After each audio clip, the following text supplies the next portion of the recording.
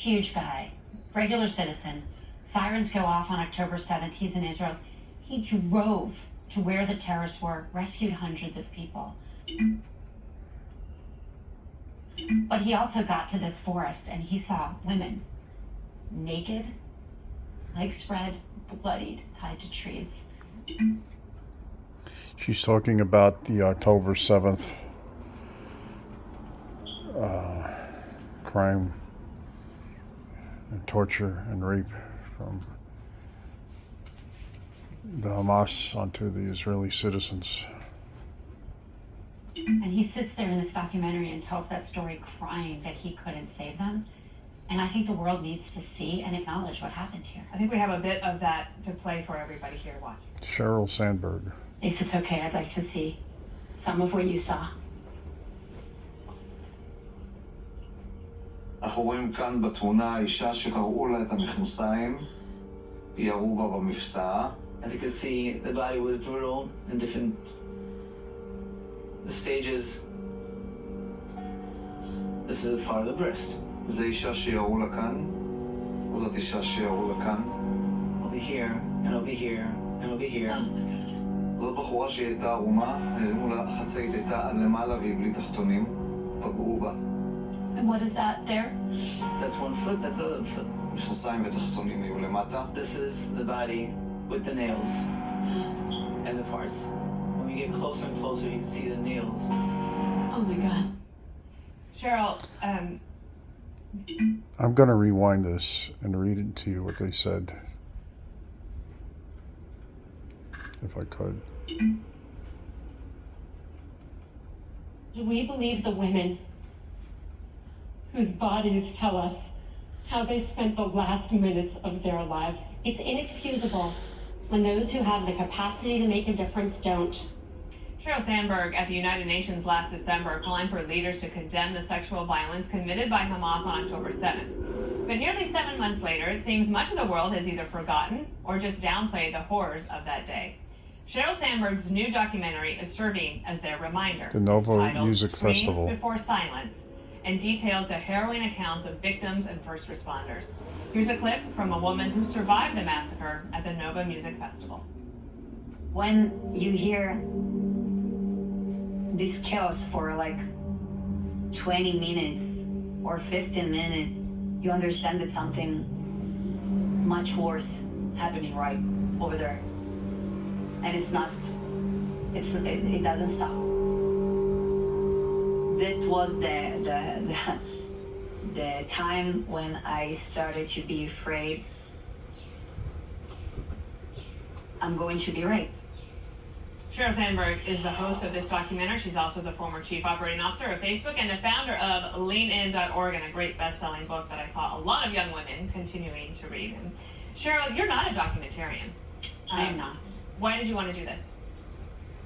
Because as you just said, after October 7th, the reports were coming out about not just mass murder, but mass sexual violence. And the usual people who should be speaking out were either ignoring it or denying it. And that's not okay.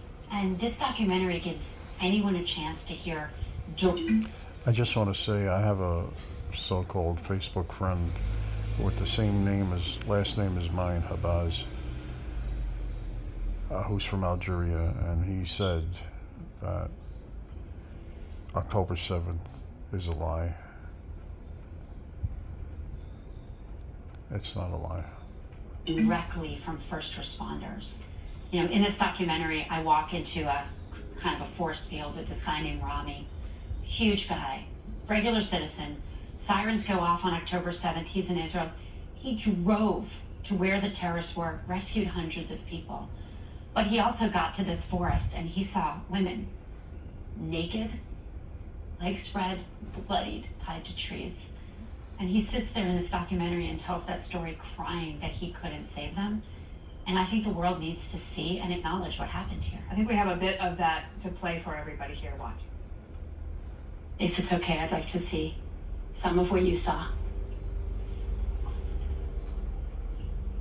אנחנו רואים כאן בתמונה אישה שקראו לה את המכנסיים, ירו בה במפסעה. As you can see, the body was brutal in different The stages.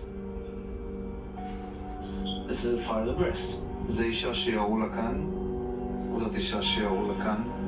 Over here, and over here, and over here. זאת בחורה שהיא הייתה ערומה, הרימו לה חצאית הייתה עד למעלה והיא בלי תחתונים, פגעו בה. And what is that there? That's one foot, that's the other foot. מכנסיים ותחתונים יהיו למטה. This is the body with the nails. This is one foot and this is another foot. I'm trying not to cry over this. And the parts. When you get closer and closer, you can see the nails.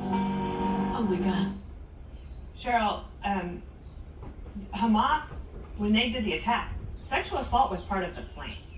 Correct. And I think people don't necessarily realize it wasn't just like random guys that were like deciding to be violent. They wanted. They mentioned earlier that in the Muslim world you're not allowed to rape, but so many witnesses witnessed the rape To commit these and the body mutilation. sexual assaults. I believe that. And I think anyone who sees this documentary will believe that because this was happened at multiple locations. Body after body coming in naked. I asked one of the witnesses in the film who's processed dead bodies after tragedy and terrorism in multiple locations, in your experience, how often are they naked? And he looks up and he says, never. This was on purpose, part of a systematic attack for terror. So one of the things that really bothered me, and I know you and many and some other people, but not enough people, is that women's groups were pretty much silent. It took them forever to even say something. The UN's at the UN.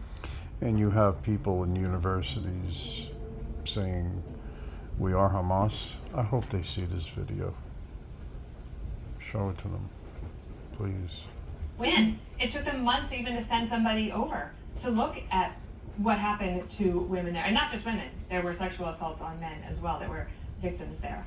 And we have all been watching this week this explosion of the protests on campus, the pro-Hamas, and you have all of these young women. Let me rewind this. Let's see if I can get the women's groups that are silent.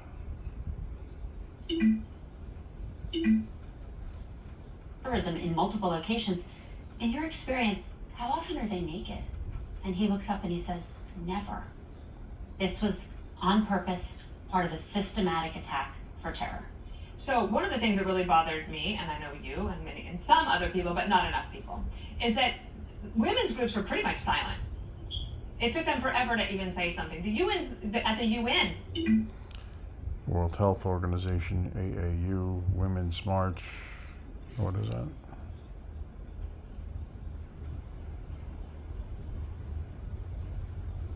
On Washington.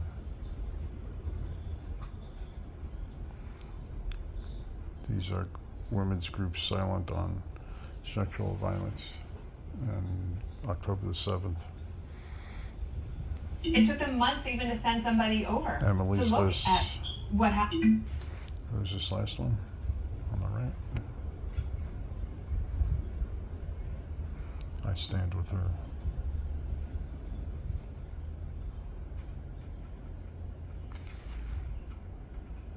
Happened to women there, and not just women. There were sexual assaults on men as well that were victims there. And we have all been watching this week this explosion of the protests on campus, the pro-Hamas, and you have all of these young women at these campuses who really should see this documentary to understand what it is they are ignoring. Would you like them to be able to see this? Absolutely. It's why we made it. Look, these are polarized times, and I think people are having trouble when things don't fit into their narrative. If you believe that October 7th was resistance, and I do not believe that, I don't believe terror is resistance, but if you believe that, sexual violence doesn't fit into that narrative because rape is never resistance. And this documentary gives people a chance to hear from first responders, from released hostages. One of them, Amit Sassana, bravely tells her story of herself held for 5 months, chained to a bed, sexually assaulted. And right now, as you and I are here, there are still hostages there. And we know they're being sexually assaulted. And people need to see what's really happening here. Do you find it strange and upsetting or just baffling, or maybe it's a diplomatic strategy that the White House doesn't talk about the hostages very much, or ever? Well, I was really grateful that on Passover, President Biden posted for Passover, but also talked about the sexual violence. Look, I think this is a nonpartisan, bipartisan issue. No matter what you believe, we fought long and hard to make sure sexual violence was never used as a tool of war. It doesn't matter what else you believe should happen in the Middle East or anywhere in the world. Sexual violence shouldn't be happening, and everyone needs to be outspoken and outraged when it does. What do you think should be taught at universities about October 7th? Look, what's going on our university campuses is really not okay. I mean, look, I'm a big believer in free speech. I know you are. University is a time where you go to college, you can talk about any issue, open dialogue. But when you see students yelling at the Columbia campus to a Jewish student, go back to Poland. When you see someone saying October 7th is going to happen to you, you had someone on your show who got her eye almost poked out at Yale. That's not okay. And the truth is, the disorder on campus, having places where people don't feel safe, that doesn't lend itself to real dialogue about hard issues. That stops the honest conversations we need to have. College campuses need to keep our kids safe. And we continue to see like faculty's involved, right? And faculty preventing press from coming in and doing interviews. You've done a lot of amazing things in your career. Do you consider this one of your most important projects? Yes. This has become, the most important work of my life, because in this moment, we lose too much if we turn a blind eye to sexual violence and to the threat that this poses. I mean, I look at this, the terrorists here aren't subtle. They say, we're coming back. October 7th was just the beginning. They don't just say death to Israel, they say death to America. This is a threat to our democracy and our way of life, and people need to see clearly what happened. And I think sexual violence really brings that home. So I'm hoping people watch the documentary. Anything we can do to help the women that you interviewed who are in recovery now? Look, the sad truth is almost all of the victims of this sexual violence are dead. They are gone.